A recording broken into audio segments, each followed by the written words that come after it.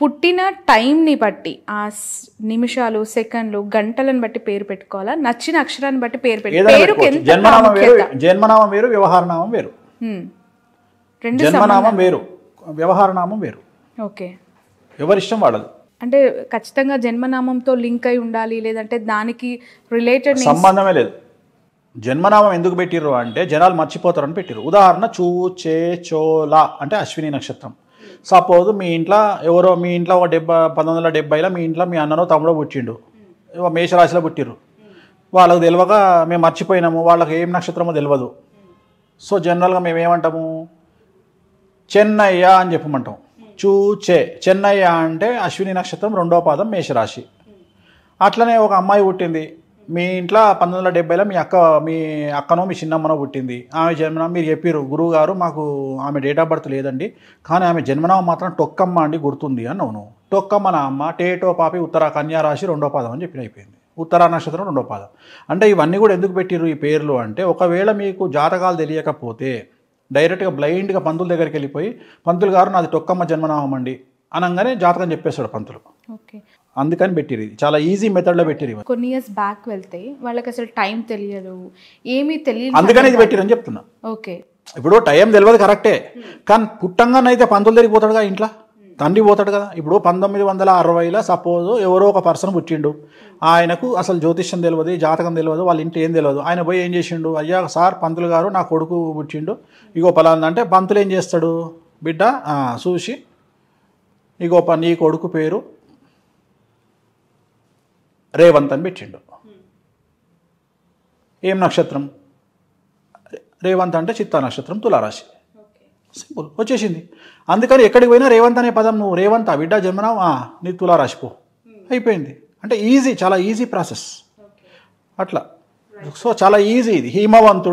హిమవంతుడు అంటే పుష్యమి నక్షత్రమా, పో కర్కాటక రాశి, పుష్యమి నక్షత్రం. సో ప్రతి నక్షత్రానికి, ప్రతి రాశికి ఈ బ్లైండ్గా గుర్తుంచుకోవడానికి పేర్లు. అందుకని చాలా ఈజీ యాక్సెస్లో ఇవి పెట్టిరు. అది అయిపోయిన తర్వాత ఇప్పుడు తెలంగాణ ప్రాసెస్ ఏంది, తెలంగాణలో ఎప్పుడు మనకు జాతకాలు పేపర్ల మీద ఎవరు రాయరు. ఇక్కడ ఏంది పరిస్థితి అంటే, సంక్రాంతి అయినాక 3 రోజులు పుట్టిన బిడ్డ 1987 గోజలింటికి వస్తున్నాయి, అయిపోయింది. అంటే 1987లో సంక్రాంతి అయినాక 3 రోజులకు, సంక్రాంతి 14 తారీఖు 17 తారీఖు పుట్టినావు, గోజలు ఇంటికి వస్తున్నాయి అంటే సాయంత్రం 6 గంటలకు పుట్టినావు నువ్వు. ఎందుకు 6 గంటలకు బర్రెలన్నీ ఇంటికి వస్తాయి, అయిపోయింది. నీ జాతకం ఆ టైంతో సహా వచ్చేసింది కదా, సింపుల్. అదే ఆంధ్రాలో అయితే పేపర్ మీద రాసి పెడతారు, చాలా తేడా ఉంటుంది. ఇప్పుడు ఉదాహరణ ఆంధ్ర తీసుకుంటే అక్షరాభ్యాసానికి ఇంపార్టెన్స్ ఎక్కువ. ఎందుకంటే అక్షరాభ్యాసం అనేది పెళ్లితో సమానంగా చేస్తారు, ముహూర్తం చూసి సరస్వతి టెంపుల్కి వచ్చి బాసరాకు వచ్చి.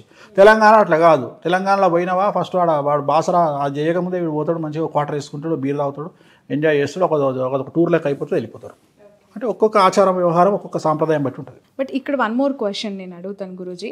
పెళ్ళిళ్ళ విషయంలో ముహూర్త బలము దేనికి ఎంత ప్రయారిటీ ఇవ్వాలి? జీలకర్ర బెల్లం పెట్టేదానికా, తాళి కట్టేదానికి? జీలకర్ర బెల్లంకే ఇవ్వాలి. అవునా? ప్రామాణికం శాస్త్రం కూడా జీలకర్ర బెల్లమే చెప్తుంది. ఎందుకంటే అప్పుడే కదా చూసుకునేది, ఇద్దరు చూసుకునేది అప్పుడే. జీలకర్ర బెల్లమే. దాని తర్వాత నీకు మిగతా విషయాలు వస్తాయి. మొహం చూసుకునే సందర్భం చాలా ముఖ్యమైన సందర్భం. అంటే ముహూర్తంలో చూసుకోవాలి. అంతకుముందు చూసుకోవచ్చు 1,00,000 సార్లు, అది వేరే విషయం. అది రెస్టారెంట్లో చూసుకోవచ్చు, హోటల్లో చూసుకోవచ్చు, ఎక్కడైనా చూసుకోవచ్చు. కానీ పెళ్లి పీటల మీద చూసుకునే ముఖం చూసుకునేది ముఖ్యమైన విషయం. ఓకే. అండ్ మన తెలంగాణ సైడు అంటే ఇక్కడ ఎక్కువగా డేలో మ్యారేజెస్ జరుగుతూ ఉంటాయి, డే ముహూర్తాలకు ప్రయారిటీ ఎక్కువగా ఉంటుంది ఇక్కడ పరిస్థితులను బట్టి. బట్ ఏపీ విషయానికి వస్తే రాత్రుల్లో ఎక్కువగా ముహూర్తాలు పెడుతూ ఉంటారు. బ్రహ్మ ముహూర్తం అంటారు, తెల్లవారుజామున ముహూర్తం అంటారు. డిఫరెన్సియేషన్ ఏం లేదమ్మా, సేమ్ ముహూర్తాలు సేమ్. లగ్న బలం అనేది సేమ్ ఉంటుంది. యాక్చువల్గా అభిజిత్ లగ్నం అనేది ఇట్ ఈస్ ఎక్స్ట్రీమ్లీ గుడ్. యాక్చువల్గా ఉదయం 11 నుండి 12:30 మధ్యలో వచ్చే ముహూర్తం ఈజ్ బెస్ట్ ముహూర్తం. దాన్ని అభిజిత్ ముహూర్తం అంటారు. సో ఆ ముహూర్తాన్ని మించింది ఏ ముహూర్తం ఉండదు. సో ఏదైనా అదే ముహూర్తము. బట్ అక్కడ ఏంటంటే మీకు నైట్ ముహూర్తాలు చేసుకోవడం అలవాటు వాళ్ళకు. ఉదాహరణ రేపు తెల్లవారుజామున, ఇవాళ రాత్రి 2 గంటలకు పెళ్లి ఉంటుంది, ఇప్పుడు రిసెప్షన్ పెట్టుకుంటారు. సో వాళ్ళంతా నైట్ ముహూర్తాలు, అదొక సాంప్రదాయం. మందికి క్వశ్చన్ ఉంటుంది, ఇవి ఇక్కడ మధ్యరాత్రి పెళ్లి చేసుకుంటారు, నిద్రపోతుంటారు, ఎవరికి అంత ఓపిక ఉండదు. అంతే, అదొక సాంప్రదాయం చెప్తున్నా కదా. ఇప్పుడు తమిళనాడు కనుక అమావాస్య మంచిది అన్నట్టు, వీళ్ళకి అదొక అలవాటు. అంతకుమించి వాళ్ళ పెద్ద శాస్త్రం ఏం లేదంట, వాళ్ళ ఆచార వ్యవహారాలు అంతే, అంతకుమించి ఏం లేదు. ఓకే. అండ్ మీరు చాలా పూజలు కామాఖ్య దేవాలయంలో చేస్తూ ఉంటారు, అనేక వీడియోల్లో నేను చూశాను. ఆ దేవాలయం యొక్క ప్రాముఖ్యత, ప్రాశస్త్యం లేదంటే గెలుపోటములను డిసైడ్ చేసే ఒక శక్తి ఆ దేవస్థానానికి ఉందంటారు? 100% ఉంది. కాకపోతే ఏమైతుంది అంటే జనాలు వెళ్తున్నారు కానీ ఏం చేయాలో తెలుసుకోవాలి కదా. ఇప్పుడు శక్తిపీఠాలలో క్రియాపీఠం, ఇప్పుడు కామాఖ్య అనేది యోనిపీఠం, అక్కడ కొన్ని ప్రత్యేకమైనటువంటి పూజలు చేస్తారు. ఇప్పుడు తిరుపతి ఉంది, తిరుపతిలో వెంకటేశ్వర స్వామి దగ్గర పోయి దర్శనం చేసుకుంటే చాలు, మనం అంతకుమించి ఏం లేదు. సరస్వతి బాసర పోయినప్పుడు ఏం చేస్తాం, అన్నప్రాసన మన అక్షరాభ్యాసం చేస్తాం. నువ్వు అక్షరాభ్యాసానికి పోయినప్పుడు ఆ పూజ చేయకుండా దర్శనం చేసుకుని వస్తే లాభం ఏముంది? అట్లనే కామాఖ్యకు పోయినప్పుడు నువ్వు ఏ పూజకు పోతున్నావు? కామాఖ్య అనేది పేరే కానీ 10 దేవాలయాలు ఉన్నాయి, 10 మహావిద్యలు. అసలు నీకు ఏం కావాలని పోతున్నావు? ఇక్కడ నుండి పొలోమని ఫ్లైట్ ఎక్కేసి కామాఖ్యలో దిగుతున్నావు, పోతున్నావు, దర్శనం చేసుకుంటున్నావు, వస్తున్నావు. మొన్న నాకు తెలిసిన ఒక ప్రముఖ పొలిటీషియన్ పోయింది కామాఖ్యకు, ఉత్తగానే దర్శనం చేసుకుని వచ్చింది. నువ్వు పోయింది ఎందుకు? నీ మీద కేసులు పోతందుకు. నువ్వు పోయినప్పుడు పూజ చేసుకుని రావాలి కదా. నువ్వు దేనికోసం పోవాలి? బగాలంకి పూజలు చేసుకుని రావాలి. పూజలు చేసుకోకుండా దర్శనం చేసుకొని వస్తే నీకు రెమెడీ ఎట్లయితుంది? సో నేను అనేది ఏంటంటే, ఇప్పుడు రాముడి దగ్గరికి పోతే దర్శనం చేసుకొని రావచ్చు, శివుడి దగ్గరికి పోతే దర్శనం చేసుకొని రావచ్చు. కానీ ఇక్కడ ప్రత్యేకమైనటువంటి క్రియలు ఉంటాయి, 10 రకాల పనులు ఉంటాయి. 10 రకాల క్రియల్లో నువ్వు సినిమా హీరోయిన్వా, పొలిటీషియన్వా, బిజినెస్ ఉమెన్వా, ఎంటర్ప్రెన్యూర్వా, నీకు జైలుకు పోయే యోగం ఉందా, లేకపోతే నువ్వు ఎమ్మెల్యే కావాలన్నా, మినిస్టర్ కావాలన్నా, నీకు డబ్బులు కావాలన్నా, భర్త కావాలన్నా, సంతానం కావాలన్నా, ఇన్ని రకాల క్వశ్చన్స్ ఉంటాయి. ఆ క్వశ్చన్కు సంబంధించిన రెమెడీ ఉంటుంది. సో నువ్వు ఆ రెమెడీ చేసుకొని వస్తే సఫలీకృతం అవుతుంది తప్ప దర్శనం చేసుకొని వస్తే సఫలీకృతం ఎట్లయితుంది? సో దానివల్ల ఫెయిల్యూర్ అవుతుంది. చాలామంది పొయ్యి వస్తున్నారు, పొయ్యి వచ్చినంత మాత్రం డెవలప్మెంట్ కాదు. నీకు ఏం కావాలనో అక్కడ చేయించుకో.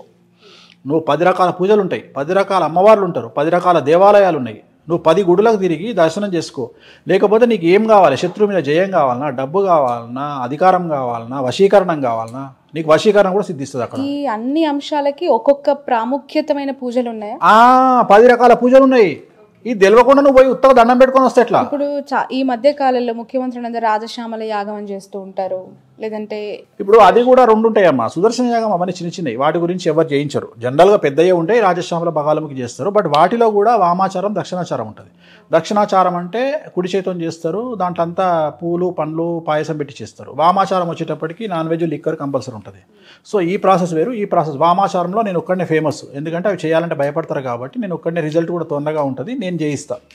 సో జనరల్గా నేనే ప్రచారంలోకి తీసుకొచ్చిన కాబట్టి దాని క్లారిటీ ఏంది అనేది నాకు ఒక అవగాహన ఉంది. వామాచారం ఎట్లా చేయాలి, అక్కడ ఏంది పరిస్థితులు అనేది. చాలామందికి ఏం చేస్తున్నారు ఈ మధ్యన, దీన్ని అడ్డం పెట్టుకొని మనం ఏదో టీవీలో చెప్పంగానే అందరు పొలోమంటే వెళ్ళిపోయి దర్శనాలు చేసుకొని వస్తారు. దర్శనాలు చేసుకోవడం కాదు, అట్లీస్ట్ అక్కడ ఒక చిన్న పూజన చేసుకొని వస్తే అనుకూలంగా ఉంటుంది. ఇప్పుడు ఆపరేషన్ లేకుండానే మోకాళ్లకు ప్లాస్మా ట్రీట్మెంట్, మీ ఆర్థోపెటిక్ సమస్యలన్నిటికీ రోబోటిక్ టెక్నాలజీ ద్వారా తక్కువ ఖర్చుతో శాశ్వత పరిష్కారం, ఫ్రీ కన్సల్టేషన్, ప్రతి ట్రీట్మెంట్ పై 20% డిస్కౌంట్. ఈ ఆఫర్ కొద్ది రోజులు మాత్రమే, త్వరపడండి. V9 hospitals 9281465842.